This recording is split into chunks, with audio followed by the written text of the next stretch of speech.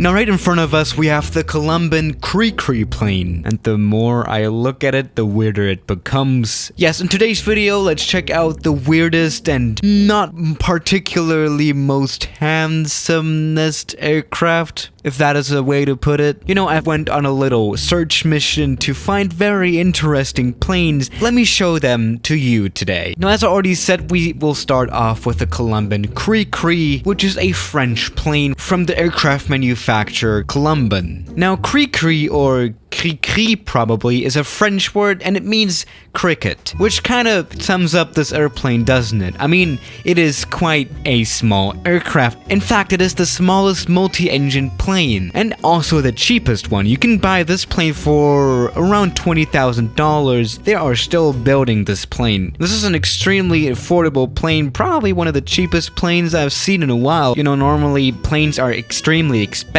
when you think about what a Cirrus costs or something. But no, buying a brand new Cri-Cri will only cost you around $20,000. Don't get me wrong, that's still quite a bit of money, but obviously that's nothing for a plane when you think about it. Now, the Cri-Cri came out in 1973, and so far around 200 have been built. I mean, 200 is actually not that bad, but you cannot obviously compare it to like a Cessna with their tens of thousands of sales that they had. But 200 is reasonable, I guess, and these planes are still being built. But let's just go ahead and fly this plane here.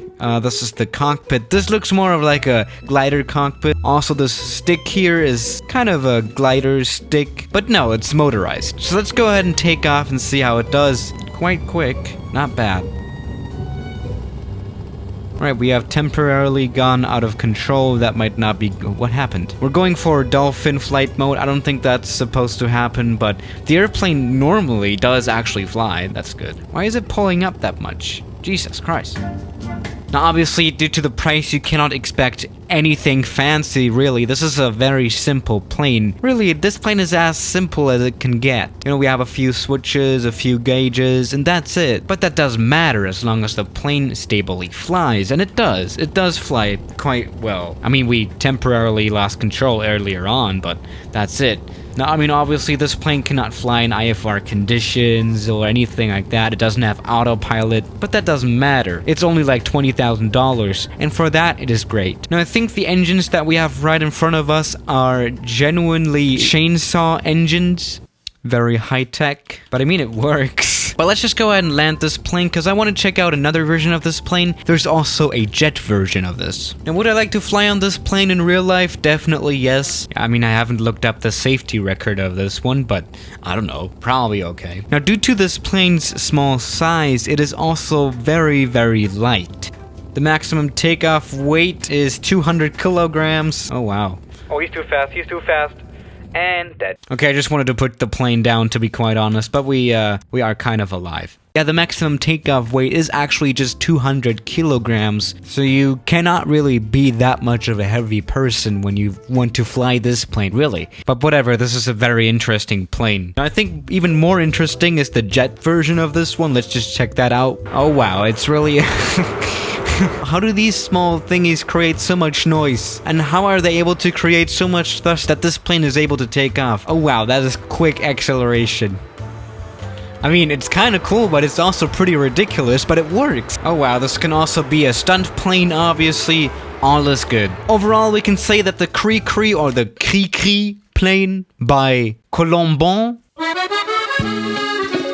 is a very nice plane, definitely. It is very flyable, I would say, and it is very affordable, which is kind of cool. But let's just move on to the next plane, and that is the infamous C-119 flying boxcar by Fairchild. Now, what can I say? It is really a flying box. You know, it's kind of rounded, but it does look like a box, and it is kind of a box. Now, this aircraft is probably the most successful aircraft in this video. 1,100 of these planes had been built back when it was built. The plane came out in 1949 and it was retired in 1995. Yeah, as you can definitely tell by the paintings and all, this plane was only a military transport aircraft. The plane was used by militaries around the world. You know, obviously the US and other countries like the Belgian Air Force. So Belgium is a beautiful city.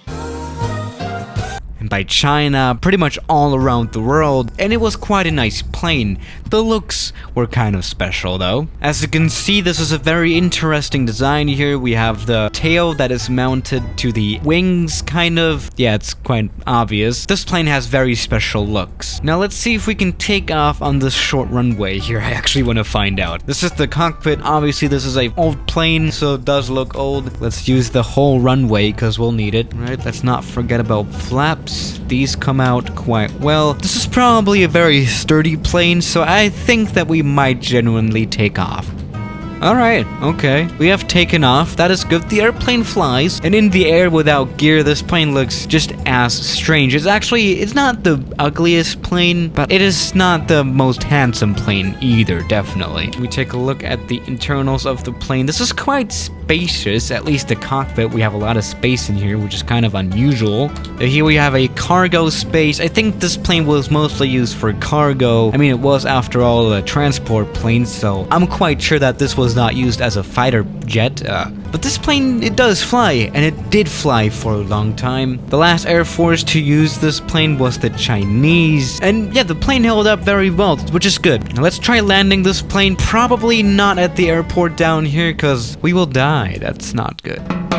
Alright, so we are approaching Princess Juliana Airport, because we'll have a chance at landing there, maybe. There's a very interesting picture hanging here. Is that Putin? Let's just go ahead and land, I guess. The gear design is also very interesting. Let's see if it survives our landing, am I right? Okay, it does fly very well, I gotta say that. Oof. Okay, I accidentally stalled this plane into the ground, but this was a successful landing. The plane is still perfectly fine, which is okay. So yeah, let's move on to the next plane that we have here, and that is the Handley Page Victor. Now this plane came out in 1958. It was built by the British. Now this bomber was actually not that successful as the other ones in this video. Production already stopped in 1963, which is only a few years later, and only 86 of these bombers were built. This was for the Cold War. It was basically for dropping nuclear bombs. And yeah, the plane has quite an interesting design. Now the Victor came out in the days where jet engines were not that much of a thing yet. You know, they were still very new. It was still kind of an undeveloped area. So we have a very interesting design that we can also see on the Comet plane, which was actually the first jet airliner. As you can see, the engines are inside of the wing. In a way, it is very interesting. Let's just go full power. Oh yeah, this does have some quick acceleration. Oh god damn it. I think I lost nose gear steering and tire. Okay, the plane for some reason is not flying. Oh Jesus Christ. Now this plane is very interesting. Let's move on to our next plane. The next plane is more of an historic plane, and that is the Barling bomber. Very interesting design already, I can see that.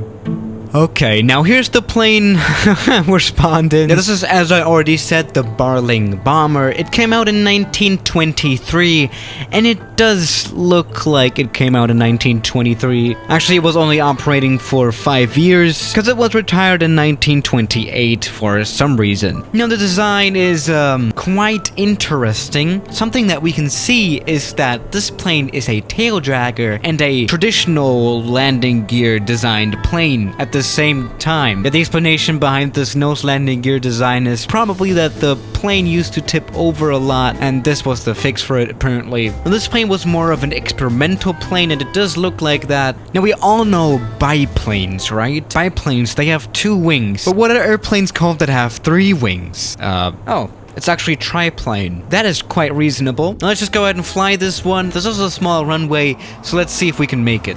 Oh, yeah. Oh, wow. Oh, no. Yes, the nose landing gear design was a very reasonable design choice. Jesus. I think we have sufficient speed to take off now, so let's just do that. And we have... oh my goodness. We have taken off. I mean, it does fly, and that's the point, isn't it? So that's good. Oh, Jesus. Okay, it barely flies, like, I guess. Oh, we can shoot weapons. We can shoot weapons. I mean, this is a bomber after all. What did I expect? Oh, now that was very interesting. Apparently, our bomb was quite strong, and it also affected our own aircraft, but whatever. So, yeah guys, thank you for watching today's video, and I'll see you tomorrow. As always, good night.